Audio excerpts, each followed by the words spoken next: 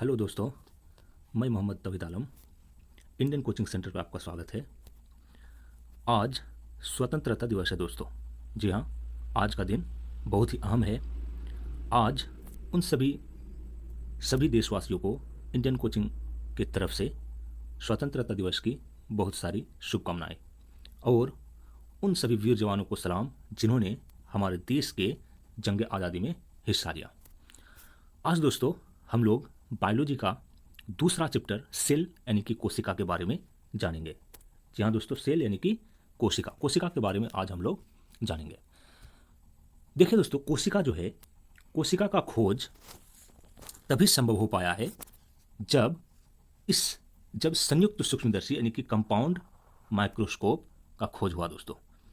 जब इसका खोज हुआ उसके बाद ही कोशिका का खोज संभव हो पाया। कोशिका के बारे में तब जाकर के जानकारी मिली दोस्तों। इसके बारे में रॉबर्ट हुक ने बताया था दोस्तों। इन्होंने 1665 ईस्वी में बताया था। रॉबर्ट हुक ने इसका खोज किया और यह तभी संभव हुआ जब संयुक्त सूक्ष्मदर्शी यानी कि कंपाउंड माइक्रोस्कोप का आविष्कार हुआ दोस्तों। यानी कि कोशिका के खोज में कंपाउंड सूक्ष्मदर्शी, संयुक्त सूक्ष्मदर्शी का एक बहुत ही अहम रोल रहा दोस्तों। इन्होंने सबसे पहले जब संयुक्त सूक्ष्मदर्शी में एक कॉर्क को देखा दोस्तों, तो उसमें मधुमक्खी के छत्ते के आकार का दिखाई दिया। जैसे मधुमक्खी के छत्ते में छोटा बॉक्स होता है दोस्तों, उसी के आकार का जो है दिखाई दिया, छोटे कोष्ठक के रूप में उसे दिखाई दिया। तब इन्होंने इसका नाम सेल रखा दोस्तों, यानी कि कोशिका रखा। तो रॉबर्ट हुक ने ही कोशिका का खोज किया दोस्तों। इसके बाद इन्होंने इस क्वार्क का मृत कोशिकाओं का अध्ययन किया दोस्तों, और अध्ययन करने के बाद फिर इसके बारे में और बहुत सारी जानकारियाँ दी। वही अगर बात की जाए जंतुओं तथा पौधों की कोशिकाओं का अध्ययन, इसमें दोस्तों वैज्ञानिकों ने जंतुओं और पौधों की कोशिकाओं का अध्ययन के लिए जो है बहुत सारे सूक्ष्मदर्शी जब आगे तो धीरे धीरे उसमें सुधार भी आया दोस्तों। 1881 की बात की जाए तो 1881 ईस्वी में रॉबर्ट ब्राउन ने ऑर्किड जो है दोस्तों, ऑर्किड की एक सजीव कोशिकाओं के बीच बनी एक घनी संरचना को देखा दोस्तों। इन्होंने इसे केंद्रक कहा। केंद्रक कहा। ये बहुत ही घना था, जिसके कारण उन्होंने इसका नाम जो है केंद्रक कहा दोस्तों। और अभी भी ये केंद्रक के नाम से भी जाना जाता है कोशिका का। इसके अंदर दोस्तों, केंद्रक के अंदर में, कोशिका के अंदर में दोस्तों, कोशिका के अंदर में जो सजीव पदार्थ होते हैं, तो पुरकिंजे ने इन्हें प्रोटोप्लाज्म नाम दिया। जो सजीव पदार्थ उसके अंदर में होता है, कोशिका के अंदर में, उसे प्रोटोप्लाज्म कहा गया दोस्तों, और जीवद्रव का नाम से भी इसे जाना जाता है। इसके बाद है कोशिका सिद्धांत दोस्तों। कोशिका सिद्धांत जैसे कि हम लोगों ने इससे पहले चैप्टर में इसके बारे में थोड़ा बहुत हम लोग जाने थे कि कोशिका सिद्धांत का प्रतिपादन जो है एमजे श्रीडन और स्वॉन के द्वारा किया गया दोस्तों, यानी कि थियोडर स्वॉन। इन्होंने कोशिका जो है ये दोस्तों हमारे कोई भी जीव जो है, जीवों के रचनात्मक एवं कार्यात्मक इकाई होता है दोस्तों। जीवों का रचनात्मक और कार्यात्मक इकाई जो है कोशिका कहलाता है, कोशिका होता है। इसमें दोस्तों जो कोशिका सिद्धांत में जो जो एमजे स्वीडन है दोस्तों, ये जर्मन वैज्ञानिक है और एक वनस्पतिज्ञ थे दोस्तों, बोटनी के वैज्ञानिक थे। इन्होंने 1838 ईस्वी में इन्होंने पौधे के लिए जो ये अध्ययन किया, और थियोडर स्वॉन ने इन्होंने प्राणी विज्ञान के लिए ये जो है अध्ययन किया दोस्तों। इन्होंने 1839 ईस्वी में ये अध्ययन। जहाँ दोस्तों स्वॉन ने कहा कि कोशिका जो है एक जीव है, और ये समस्त जंतु का, जैसे पेड़ पौधे और जंतुओं का भी, जीवों का एक समूह है दोस्तों। और निश्चित क्रम में ये बंधे होते हैं, और ये पूर्ववर्ती अर्थात पहले से स्थित जीवों से भी बनते हैं दोस्तों। 1858 ईस्वी में विर्चो ने बताया कि कोशिका की उत्पत्ति पूर्ववर्ती कोशिकाओं से होता है दोस्तों। ये कोशिका का जो उत्पत्ति है ये पूर्ववर्ती कोशिकाओं के द्वारा ही होता है। वही आगे अगर बात करें कोशिका का आकार और आकृति की, अगर कोशिका के आकार की बात करें दोस्तों, तो अधिकांश जो कोशिकाएं हैं इनका जो व्यास होता है दोस्तों 0.1 माइक्रोन। ज़्यादातर जो कोशिकाएं होती है इसका व्यास 0.1 माइक्रोन होता है, और 1 माइक्रोन में दोस्तों 1/100 mm होता है। या दोस्तों याद रखिएगा, इसका जो कोशिका का जो आकार होता है ये व्यास में 0.1 माइक्रोन होता है दोस्तों, और ये 1 mm के बीच होता है। ये जो है 1 माइक्रोन बराबर 1/100 mm होता है। वही अगर बात की जाए कोशिका अंगक का, तो कोशिका द्रव घटक बहुत ही अधिक छोटे होने के कारण इनका जो है कई बार इसका जो आकार है ये ये जो है माइक्रोन में, मिली माइक्रोन में, नैनो माइक्रोन में और एंगस्ट्रम में भी इसका जो है मापा जाता है दोस्तों, क्योंकि ये बहुत ही कई बार ये बहुत ही छोटा हो जाता है, बहुत ही छोटा आकार का होता है दोस्तों। 0 से 1 माइक्रोन से छोटी वस्तुओं को मनुष्य द्वारा आंखों से नहीं देखा जा सकता है दोस्तों। 0 से 1 माइक्रोन जो छोटे वस्तुएं हैं इसे मनुष्य अपने आंखों से खुली आंखों से नहीं देख सकता है। इसको देखने के लिए हमें संयुक्त सूक्ष्मदर्शी की आवश्यकता पड़ता है दोस्तों। वही अगर बात करें आगे जीव द्रव की, तो जीव द्रव दोस्तों ये कोशिका का एक महत्वपूर्ण भाग है दोस्तों।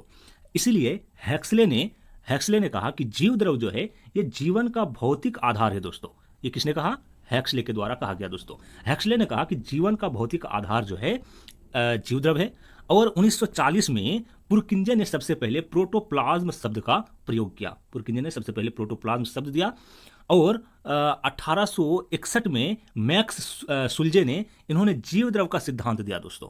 जीव द्रव का सिद्धांत, प्रोटोप्लाज्म थ्योरी का प्रतिपादन जो है मैक्स सुल्जे के द्वारा किया गया।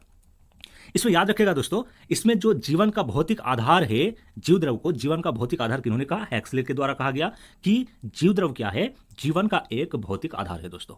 इसके अलावा पुरकिंजे की बात करें तो इन्होंने 1940 ईस्वी में सबसे पहले प्रोटोप्लाज्म शब्द का प्रयोग किया, प्रोटोप्लाज्म का खोज किया। वही अगर बात की जाए 1861 ईस्वी में मैक्स सुल्जे ने इन्होंने जीव द्रव सिद्धांत यानी कि प्रोटोप्लाज्म थ्योरी का प्रतिपादन किया दोस्तों। और ये जो कोशिकाएं हैं सभी जीवधारियों का, जितने भी जीव है चाहे पेड़ हो या पौधे हो, इसके शरीर में जीव द्रव से बनी इकाइयों का समूह होता है दोस्तों। इसमें जो जीव द्रव है इसके दो भाग है, इसके दो भाग होता है दोस्तों। पहला है कोशिका द्रव यानी कि साइटोप्लाज्म और दूसरा है केंद्रक यानी कि न्यूक्लियस। ये जीव द्रव का दो भाग है दोस्तों। अगर बात करें कोशिका द्रव की, तो कोशिका द्रव यानी कि साइटोप्लाज्म दोस्तों, इसमें क्या होता है कि कोशिका द्रव जीव द्रव का वह भाग है जो केंद्रक के चारों ओर से घिरे रहता है। कोशिका द्रव दोस्तों ये जीव द्रव का वही भाग है जो केंद्रक के चारों ओर से ये जो है घिरा होता है कोशिका द्रव। और पादप कोशिकाओं में दोस्तों कोशिका द्रव जो है ये बाहर चारों ओर से एक निर्जीव कोशिका भित्ति से घिरा होता है। निर्जीव कोशिका भित्ति से ये पादप कोशिकाओं में होता है दोस्तों। पादप कोशिकाओं में सिर्फ ये जो है निर्जीव कोशिका भित्ति से घिरा होता है। और ये दोस्तों अगर कोशिका द्रव की बात की जाए तो ये मुख्यतः तीन भागों में इसे बांटा जा सकता है दोस्तों। पहला है कोशिका कला या जीव द्रव कला। कोशिका कला या फिर जीव द्रव कला, यह दोस्तों पतली होती है, लचीली होती है और अर्धपरागम्य होती है। पतली, लचीली और अर्धपरागम्य होती है। इसे कोशिका कला या जीव द्रव कला कहते हैं दोस्तों। इसे कोशिका कला कहा जाता है या फिर जीव द्रव कला के नाम से भी जाना जाता है। यह दोस्तों पादप कोशिकाओं में कोशिका भित्ति के अंदर की ओर स्थित होता है। जो पादप कोशिका है उसमें जो कोशिका भित्ति होती है, कोशिका भित्ति दोस्तों याद रखना कि कोशिका भित्ति सिर्फ पादप कोशिका में ही पाया जाता है। जी हाँ दोस्तों, जंतु कोशिका एवं पादप कोशिका दो तरह का होता है, लेकिन जो कोशिका भित्ति है ये सिर्फ पादप कोशिका में ही होता है दोस्तों। तो ये जो क्या कहते हैं कोशिका कला या जीव द्रव है, ये पादप कोशिकाओं के कोशिका भित्ति के अंदर में स्थित होता है दोस्तों। जब प्राणी कोशिकाओं में यह बाहरी आवरण बनाती है तो सूक्ष्मदर्शी द्वारा प्लाज्मा झिल्ली को नहीं देखा जा सकता है। अगर वही टोनोप्लास्ट की बात की जाए तो टोनोप्लास्ट कोशिका कला की तरह ही एक कला है दोस्तों, और यह कोशिका द्रव तथा रिक्तिका के बीच में होता है। कोशिका द्रव और कोशिका के अंदर में जो खाली जगह होता है, रिक्त स्थान होता है, उसे रिक्तिका के बीच में जो है दोस्तों, कोशिका और रिक्तिका के बीच में यह टोनोप्लास्ट होता है दोस्तों। वही आगे अगर बात की जाए लवक दोस्तों, लवक दोस्तों ये तीन तरह का होता है। अगर लवक की बात की जाए तो इसे प्लेस्टिड भी कहा जाता है। इस शब्द का प्रयोग सबसे पहले सिम्पर ने किया था दोस्तों। जी हाँ, सबसे पहले जो लवक शब्द है इसका सबसे पहले प्रयोग सिम्पर ने 1885 ईस्वी में किया था।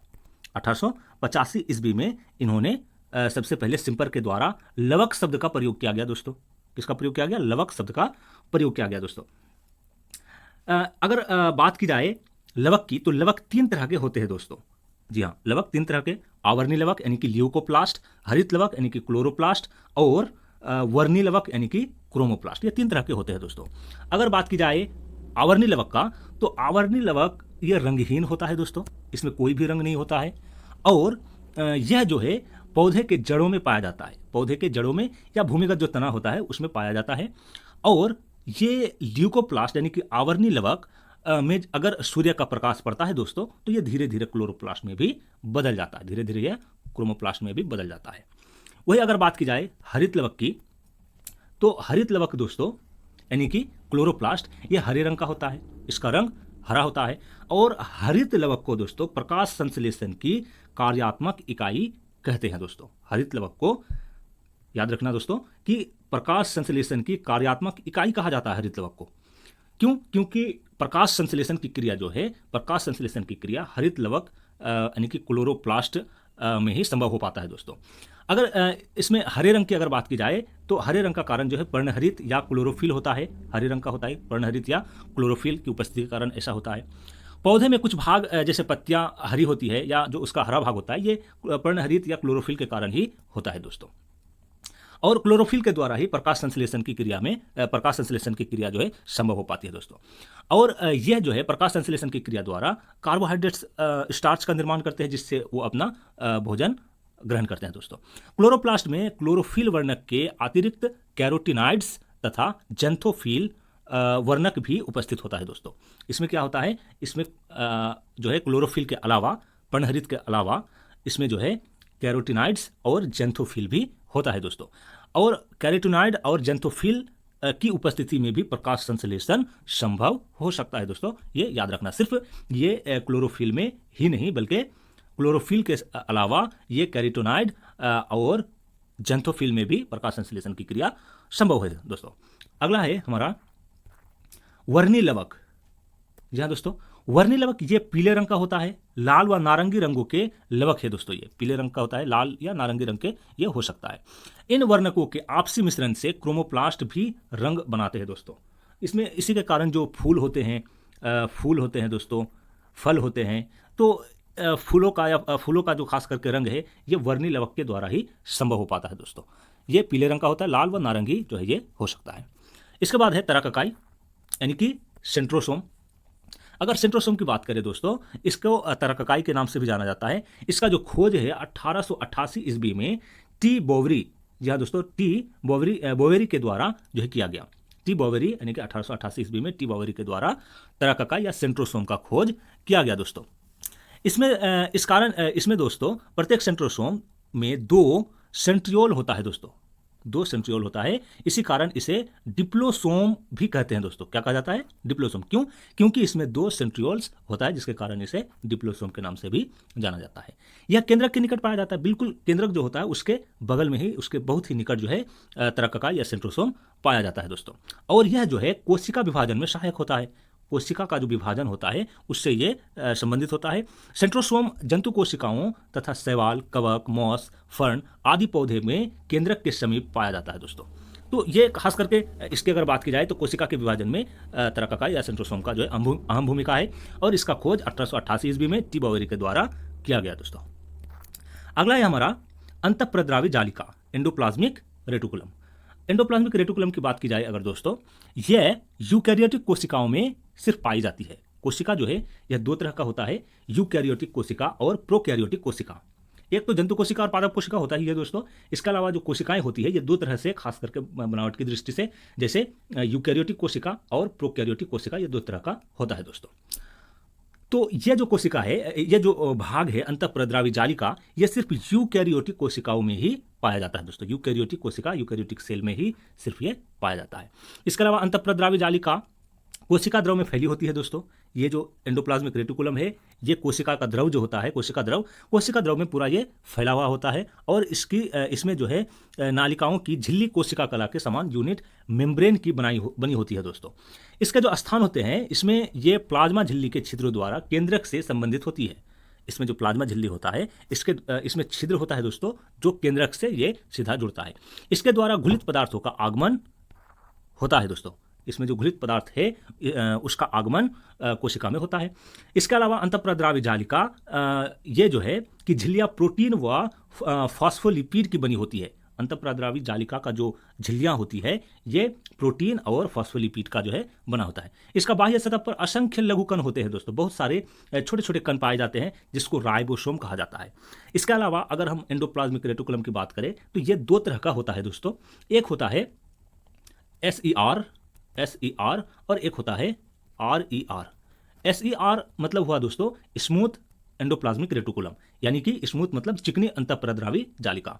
वही अगर बात की जाए RER की तो इसको कहा जाता है रफ एंडोप्लाज्मिक रेटिकुलम, यानी कि खुरदरी अंतःपरद्रावी जालिका दोस्तों। तो ये दो तरह का अंतःपरद्रावी जालिका भी दो तरह का होता है, SER यानी कि स्मूथ एंडोप्लाज्मिक रेटिकुलम और RER यानी कि रफ एंडोप्लाज्मिक रेटिकुलम होता है दोस्तों। अगर राइबोसोम की बात की जाए तो राइबोसोम ये जो है बहुत ही सूक्ष्म कण होता है दोस्तों। राइबोसोम बहुत ही सूक्ष्म कण होता है जो एंडोप्लाज्मिक रेटिकुलम की झिल्लियों से लगे होते हैं दोस्तों। ये जो एंडोप्लाज्मिक रेटिकुलम का जो झिल्ली होता है, ER का जो झिल्ली होता है अंतःपरद्रावी जालिका का, उस झिल्ली में ये छोटा छोटे कण के रूप में दोस्तों सटा हुआ होता है और कोशिका द्रव में छितरे हुए मिलते हैं।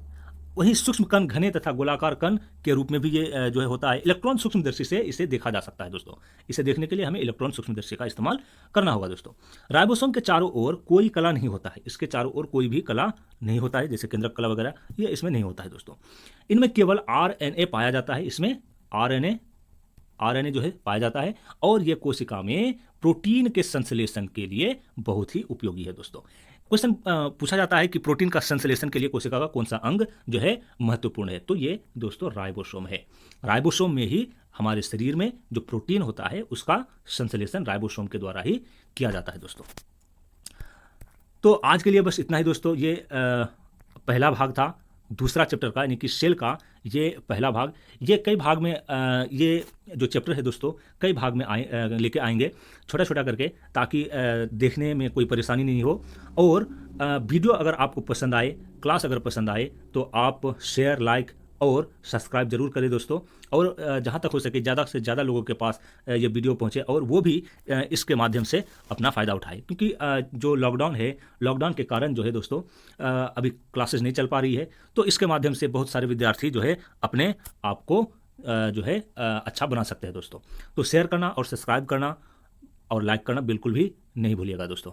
आज के लिए बस इतना ही दोस्तों, और स्वतंत्रता दिवस का फिर से एक बार बहुत सारी शुभकामनाएं, और हमारे उन वीरों को भी जिन्होंने इस देश के मिट्टी के लिए जान तक दे दिया दोस्तों। इसी के साथ आज के लिए बस इतना ही। Bye bye.